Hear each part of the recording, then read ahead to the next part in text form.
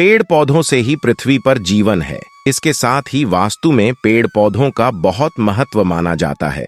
घर के आसपास पेड़ पौधे न सिर्फ वातावरण में ऑक्सीजन के स्तर बनाए रखने में तो मदद करते ही हैं, साथ ही कुछ ऐसे पेड़ पौधे भी होते हैं जो घर में सकारात्मक ऊर्जा को बढ़ाने में भी सहायक होते हैं। कुछ पेड़ पौधों का सीधा संबंध ग्रहों के शुभ और अशुभ प्रभाव से भी होता है। वास्तु में जिस प्रकार से सकारात्मक ऊर्जा को बढ़ावा देने वाले पौधों के बारे में बताया गया है, उसी तरह से कुछ ऐसे पेड़ भी होते हैं जिन्हें घर में नहीं लगाना चाहिए। इन्हें घर में लगाने से नकारात्मक ऊर्जा बढ़ती है, जिससे धन संबंधी समस्याओं का सामना करना पड़ता है। आइए जानते हैं कि कौन से पेड़ घर के अंदर नहीं लगाने चाहिए। एक समय की बात है, भगवान श्री कृष्ण के मित्र उनसे मिलने के लिए द्वारिका नगरी पधारते हैं। भगवान श्री कृष्ण उनका स्वागत करते हैं और उनके आने का कारण पूछते हैं।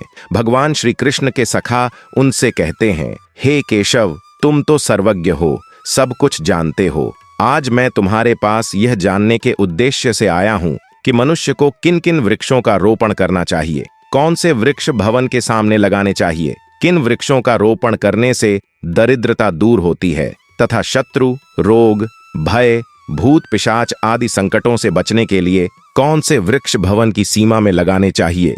भगवान श्री कृष्ण मुस्कुराते हुए कहते हैं, हे सखा, तुमने आज समस्त मानव जाति के कल्याण के उद्देश्य से अत्यंत महत्वपूर्ण प्रश्न किया है।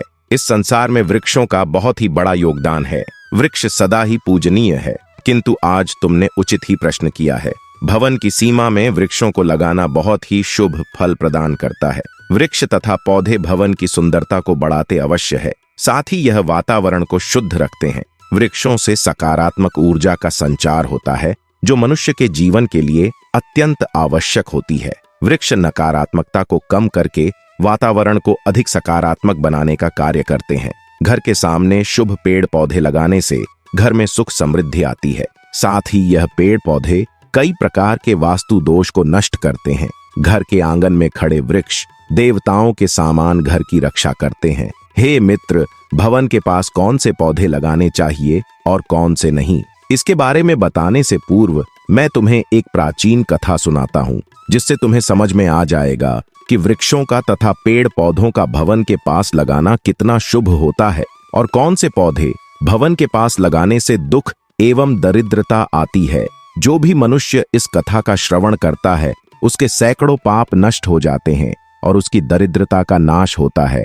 भगवान श्री कृष्ण का सखा कहता है, हे केशव, मैं इस कथा को अवश्य ध्यान से पूरा सुनेगा, कृपया मुझे वह कथा सुनाओ। भगवान श्री कृष्ण कहते हैं, हे सखा, पूर्व कल की बात है।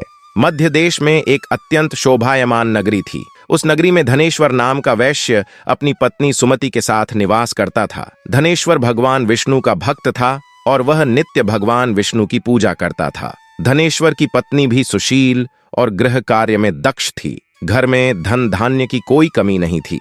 भगवान की कृपा से उसके पास सब कुछ था। इस प्रकार से अनेक दिन बीत जाने के पश्चात धनेश्वर की जो पत्नी थी, जिसका नाम सुमति था, उसने अपने आंगन में कुछ वृक्षों का रोपण किया और नित्य उन वृक्षों को जल चढ़ाकर उनकी सेवा करने लगी। किंतु धनेश्वर की पत्नी को वृक्ष रोपण का ज्ञान नहीं था। उसे जो वृक्ष प्रिय लगे, उन्हें वृक्षों का रोपण उसने किया। जो वृक्ष अशुभ होते हैं, उन्हीं वृक्षों का रोपण उसने अपने घर के आंगन में कर दिया, जिस कारण से उसे वैश्य धनेश्वर को व्यापार में काफी सारा घाटा होने लगा। उसके घर में रोज कलह होने लगा। पति पत्नी में बार बार क्लेश होने लगे। उन दोनों के जीवन में अनेक कठिनाइयां आने लगीं। धनेश्वर का सारा व्यापार डूब गया और उसका सारा धन भी नष्ट हो गया। अब धनेश्वर के पास अनाज भी खरीदने के लिए पैसे नहीं थे। वह भूखे ही रहने लगे, जिससे क्रोधित होकर उसकी पत्नी भी गुस्सा करने लगी। वह अपने पति को कोई काम करने के लिए कहती। फिर धनेश्वर काम मांगने के लिए गांव में घूमने लगा, लेकिन उसे कहीं पर भी काम नहीं मिलता था। उसने आकर अपनी पत्नी से कहा, हे भद्रे, मुझे तो कोई भी काम नहीं दे रहा है, अब मैं कहां पर काम खोजने जाऊं। वे दोनों ही पूरी तरह से हतबल हो गए थे। दोनों के पास भी उद्योग करने के लिए कुछ नहीं था। धनेश्वर ने अपनी पत्नी के सारे गहने भी बेच डाले और जो कुछ भी अन्य मिला उसी से पेट भर लिया। इस प्रकार से अशुभ वृक्ष लगाने के कारण दोनों के ही जीवन में घोर दरिद्रता और संकट आने लगे। किंतु वे दोनों ही इस बात को नहीं जानते थे फिर एक दिन एक साधु महात्मा धनेश्वर के घर पर पधारते हैं। उन्हें देखकर धनेश्वर उन्हें प्रणाम करता है और कहता है, हे साधु महाराज पधारिए, इस गरीब के घर में आपका स्वागत है। कहिए, मैं आपकी किस प्रकार से सहायता कर सकता हूँ। वे साधु महाराज कहने लगते हैं, हे महोदय, मैं तीर्थ यात्रा पर निकला हूँ, विश्राम करने के लिए कोई जगह खोज रहा हूँ। यदि आपको कोई कष्ट न हो तो मुझे अपने घर में स्थान दे दो। मैं अनेक दिनों से भूखा हूँ, कुछ भोजन भी प्राप्त हो जाए तो बड़ी कृपा होगी। साधु महाराज के ऐसे वचन सुनकर वह धनेश्वर कहने लगा, हे साधु महात्मा, आप अवश्य ही कोई पुण्य आत्मा दिखाई पड़ते हैं। आपके मुख्य मंडल पर बहुत तेज है। आपकी सेवा करने का मुझे सौभाग्य मिल रहा है। आपकी सेवा करके मुझे बड़ा आनंद मिलेगा। कृपा करके आप घर के भीतर चलिए। फिर वह साधु महाराज उसे धनेश्वर के घर के भीतर जाते हैं और विश्राम करने लगते हैं। धनेश्वर उन साधु महाराज की बड़ी सेवा करता है, किंतु उसके पास अन्न का एक दाना नहीं होता है। तो वह अपनी पत्नी से कहता है, हे प्रिय, आज हमारे घर पर जो साधु महात्मा आए हैं वह बड़े पुण्यवान दिखाई पड़ रहे हैं। हमें उनके भोजन के लिए कुछ उपाय करना चाहिए। मैं गांव में जाकर किसी से थोड़ा सा धन मांग कर लाता हूँ। इतना कहकर वह धनेश्वर गांव में एक सेठ के घर पर जाता है और उस सेठ से थोड़ा सा धन देने की विनती करता है, किंतु वह सेठ उस वैश्य को धन देने से इनकार करता है और कहता है, तुम्हारे पास तो फूटी कौड़ी नहीं है, तुम मेरा धन कैसे वापस करोगी। धनेश्वर कहता है, हे सेठ, कृपा करके आप मुझे थोड़ा सा धन दीजिए, मैं जल्दी ही आपको लौटा दूंगा। यदि मैं धन नहीं लौट पाया, आप मेरा घर ले लीजिएगा। धनेश्वर की बात सुनकर उस सेठ को उस पर थोड़ी दया आती है और वह उसे धन देते हुए कहता है, हे वैश्य, यदि तुमने धन नहीं लौटाया तो तुम स्वयं ही मुझे अपना घर सौंप दो।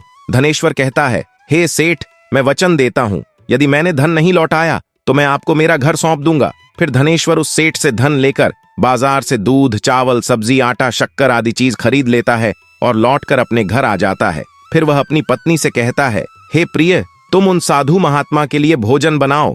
फिर धनेश्वर की पत्नी भोजन बनाती है और उन साधु महात्मा को भोजन परोसती है। इस प्रकार से इस धनेश्वर की भक्ति और निष्ठा को देखकर वे साधु महाराज बहुत प्रसन्न हो जाते हैं। भोजन हो जाने के पश्चात वे जाते जाते उस धनेश्वर से कहते हैं, हे वैश्य, मैं तुम्हारी भक्ति और आदर सम्मान से अत्यंत प्रसन्न हूँ। तुम्हारी जो भी कामना है मुझे बताओ, मैं अवश्य पूरी करूंगा। तब वह धनेश्वर कहता है, हे महात्मा, आपका आशीर्वाद ही हमारे लिए सब कुछ है, किंतु मैं आपसे यह जानना चाहता हूँ कि किस पाप के कारण मुझे दरिद्रता का दुख भोगना पड़ रहा है। हमने तो भगवान विष्णु की भक्ति की है, फिर हमारे जीवन में दरिद्रता क्यों आई है, इसका क्या कारण है, और इस दरिद्रता को दूर करने के लिए मुझे क्या उपाय करना चाहिए।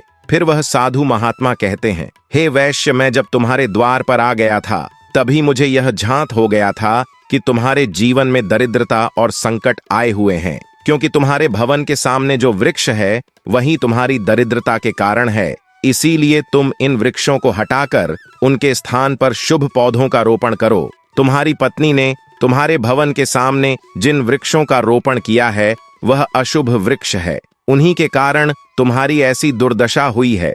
धनेश्वर कहते हैं, हे महात्मा, कृपा करके मुझे बताइए कि घर के सामने कौन से वृक्ष लगाने चाहिए जिससे घर में सुख समृद्धि हो और कौन से वृक्ष नहीं लगाने चाहिए। कृपा करके आप मुझे विस्तार से समझाइए, मैं आपका बड़ा आभारी रहूंगा। फिर वह साधु महात्मा कहते हैं, हे वैश्य, ठीक है, अब मैं तुम्हें उन शुभ वृक्षों के विषय में बताता हूँ जिन्हें घर के पास लगाने से शुभ फलों की प्राप्ति होती है। इसीलिए तुम ध्यानपूर्वक सुनो। हे वैश्य, किसी जलाशय के समीप पीपल का वृक्ष लगाने वाले मनुष्य को जो फल मिलता है वह सैकड़ों यज्ञों के समान होता है। जब पीपल के पत्ते उस जलाशय में गिरते हैं तो वह पिंड के समान होकर पितरों को तृप्ति प्रदान करते हैं। इससे सभी प्रकार के पितृदोष समाप्त हो जाते हैं। जो मनुष्य नित्य स्नान करके पीपल को स्पर्श करता है वह सभी पापों से मुक्त होता है और कभी पराजित नहीं होता है। पीपल को स्पर्श करने से लक्ष्मी की प्राप्ति होती है और उसकी प्रदक्षिणा करने से आयु में वृद्धि होती है। पीपल की जड़ में श्री विष्णु, तने में शिवजी और अग्रभाग में ब्रह्मा जी स्थित रहते हैं। अमावस्या के दिन पीपल को प्रणाम करने से जो फल मिलता है वह 1000 गाय के दान के बराबर होता है। इस संसार में पीपल के समान कोई वृक्ष नहीं है। साक्षात श्री हरि इस वृक्ष के रूप में पृथ्वी पर विराजमान है। पीपल के वृक्ष को चोट पहुंचाना अथवा उसकी टहनी तोड़ना महापाप माना गया है। ऐसा मनुष्य एक कल्प तक नरक में रहता है और जो पीपल को जड़ से कटता है उसका कभी नरक से उधर नहीं होता है। हे वैश्य, अब मैं तुम्हें दूसरे वृक्ष के बारे में बताता हूँ। आवाले का फल समस्त लोकों में प्रसिद्ध और परम पवित्र है। आवाले को लगाने से स्त्री और पुरुष जन्म मृत्यु के बंधन से मुक्त हो जाते हैं। यह पवित्र फल भगवान विष्णु को अत्यंत प्रसन्न करने वाला एवं शुभ माना गया है। इसको खाने से सभी पापों से मुक्ति मिलती है। आंवला खाने से आयु बढ़ती है। उसका जल पीने से रोगों का नाश होता है और आवाले को जल में मिलाकर स्नान करने से दरिद्रता दूर हो जाती है और सभी प्रकार के ऐश्वर्य प्राप्त होते हैं। जिस घर में आंवला सादा मौजूद रहता है उस घर में कभी दैत्य और राक्षस नहीं आते हैं। एकादशी के दिन अगर आंवला मिल जाए तो संसार के सभी तीर्थों से बढ़कर फल प्राप्त होता है। अपने केस में आंवला लगाने वाला फिर से मृत्यु लोक पर जन्म नहीं लेता है। जिस घर के सामने आंवले का वृक्ष होता है वहां पर साक्षात लक्ष्मी नारायण निवास करते हैं। तीसरा है अशोक का वृक्ष। अशोक के वृक्ष में अप्सराओं का निवास होता है। यह वृक्ष शोक का नाश करने वाला तथा निराशा को समाप्त करने वाला होता है। इस वृक्ष को घर के पास लगाने से घर में सुख शांति बनी रहती है। अशोक का वृक्ष शीतलता और यौवन प्रदान करने वाला होता है। मां लक्ष्मी ने जब देवी सीता के रूप में अवतार लिया था तब रावण द्वारा अपहरण करने के बाद उनका वास अशोक वाटिका में था। अशोक के वृक्ष ने मां सीता की बहुत सेवा की थी। इसीलिए मां सीता ने अशोक वृक्ष को यह वरदान दिया था कि जिस भी स्थान पर यह वृक्ष होगा वहां पर उनका सदैव ही निवास होगा। चौथा है पाकड़ का वृक्ष। प्रत्येक मनुष्य को पाकड़ का वृक्ष अवश्य लगाना चाहिए। यह वृक्ष लगाने से जो फल मिलता है वह महायज्ञ के समान होता है। कलयुग में मनुष्य यज्ञ नहीं कर पाएंगे, इसीलिए उन्हें एक पाखंड का वृक्ष अवश्य लगाना चाहिए। पांचवा है नियम का वृक्ष। नियम का वृक्ष लगाने से सूर्य देव प्रसन्न होते हैं। नियम का वृक्ष आयु प्रदान करने वाला माना गया है। इसे घर के पास लगाने से नाना प्रकार के रोगों से छुटकारा मिलता है। मां लक्ष्मी को नीम के पत्ते अत्यंत प्रिय होते हैं, इसीलिए वह नीम के वृक्ष के पास निवास करती है। घर के सामने नीम के वृक्ष का रोपण करने से धन संपत्ति की प्राप्ति होती है। छठा है जामुन का वृक्ष। यदि कोई मनुष्य कन्या प्रताप की कामना करता है तो उसे जामुन का वृक्ष अवश्य लगाना चाहिए। जिस मनुष्य के घर के सामने जामुन का वृक्ष होता है उसके घर में कन्या का जन्म होता है जो कल का गौरव बढ़ाती है। सातवां है बेल का वृक्ष। बेल के वृक्ष में भगवान शिव और गुलाब में देवी पार्वती का निवास है। इसीलिए अगर बेल के वृक्ष के पास गुलाब का पौधा लगाया जाए तो शिव पार्वती का आशीर्वाद प्राप्त होता है। उस घर में कभी दुख दरिद्रता नहीं आती है, उस घर में कभी अकाल मृत्यु नहीं होती है और कोई स्त्री विधवा नहीं बनती है। आठवां है नारियल का पेड़। नारियल का पेड़ लगाने से पुरुष अनेक स्त्री का पति बनता है। नारियल किसी भी धार्मिक अनुष्ठान का आवश्यक अंग होता है। यह अत्यंत शुभ माना जाता है। घर के आंगन में नारियल का पेड़ होने से उस घर में हमेशा शुभता होती है और उस घर के सदस्यों का समाज में बहुत मान सम्मान होता है। सुंदर पत्नी की कामना करने वाले मनुष्य को अनार का वृक्ष लगाना चाहिए। पलाश का पेड़ ब्रह्म तेज प्रदान करता है, इसीलिए इसका रोपण अवश्य करना चाहिए। वंश वृद्धि और संतान प्राप्ति की कामना करने वाले मनुष्य को अंकोल का वृक्ष अवश्य लगाना चाहिए। अगर मनुष्य किसी बीमारी से पीड़ित है तो उसे खैर का वृक्ष लगाना चाहिए। खैर का वृक्ष लगाने से बड़े बड़े रोग नष्ट हो जाते हैं। यह वृक्ष आरोग्य प्रदान करने वाला होता है। कुंद अर्थात मोगरे के पेड़ में गंधर्व निवास करते हैं, इसीलिए इस पौधे का रोपण अपने घर के पास करने से कार्यों में सिद्ध और शुभ फलों की प्राप्ति होती है। खासकर कला के क्षेत्र में काम करने वाले लोगों को यह पौधा अवश्य लगाना चाहिए। यदि किसी मनुष्य को चोर और लुटेरों का भय सता रहा है तो उसे अपने घर के पास बेंत का वृक्ष जरूर लगाना चाहिए। यह वृक्ष चोर लुटेरों को भयभीत करता है और घर की रक्षा करता है। चंदन और कटहल के वृक्ष पुण्य और लक्ष्मी प्रदान करते हैं। इन वृक्षों का रोपण करने से दुख दरिद्रता समाप्त हो जाती है। घर की उत्तर दिशा में पाम और कनक चंपा का पौधा लगाया जाता है तो धन में वृद्धि होती है। केले का पेड़ भी बहुत शुभ होता है और यह घर में सुख समृद्धि और खुशहाली लाता है।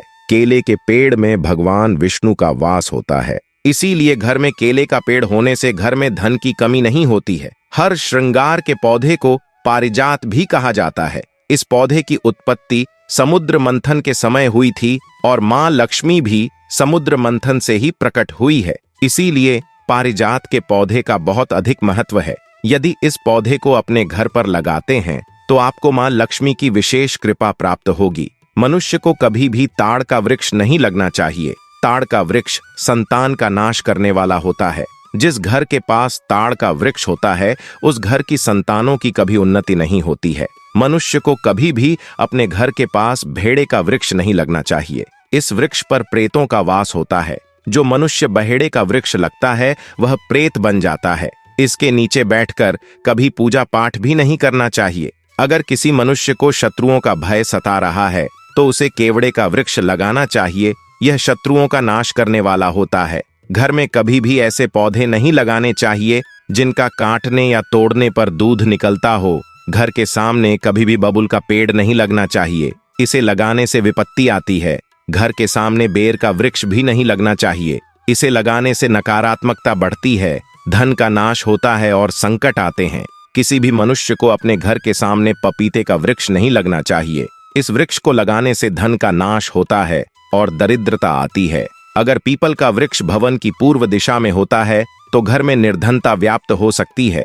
वट वृक्ष घर की पश्चिम दिशा में हो तो घर में शोक का कल चिरकाल तक रहता है। दक्षिण दिशा में तुलसी का पौधा हो तो संतान को पीड़ा सहन करनी पड़ती है। किसी भी मृत वृक्ष की छाया घर पर पड़ती है तो यह मृत्यु सूचक होता है। मृत वृक्ष को तुरंत उखाड़ देना चाहिए। वे साधु महात्मा कहते हैं, हे वैश्य, इस प्रकार से मैंने तुम्हें इन सभी शुभ और अशुभ वृक्षों के विषय में बता दिया है। इसीलिए तुम इन वृक्षों का रोपण करो और भगवान की कृपा को प्राप्त करो। वह धनेश्वर कहता है, हे महात्मा, आपने आज मुझे उत्तम ज्ञान दिया है। मैं आपका धन्यवाद करता हूँ। फिर वह साधु महात्मा धनेश्वर को आशीर्वाद देकर उस स्थान से अंतर्ध्यान हो जाते हैं। साधु महात्मा को अचानक से अदृश्य हुआ देखकर धनेश्वर और उसकी पत्नी को आश्चर्य होता है। फिर उन्हें समझ में आ जाता है कि साक्षात भगवान विष्णु ही उनके घर पर आए थे।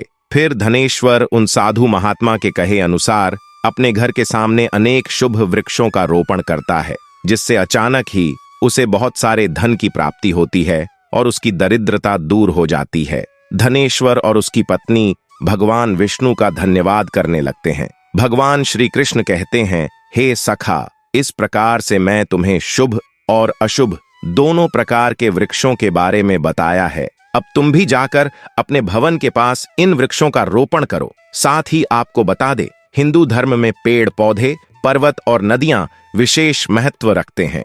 आध्यात्मिक दृष्टि से कुछ पेड़ पौधों को देवताओं का प्रतीक माना जाता है। तुलसी, शमी, केला जैसे कई वृक्ष हैं जिनको घर पर लगाना बेहद शुभ होता है। इनकी पूजा करना ईश्वर की स्तुति करने के समान है।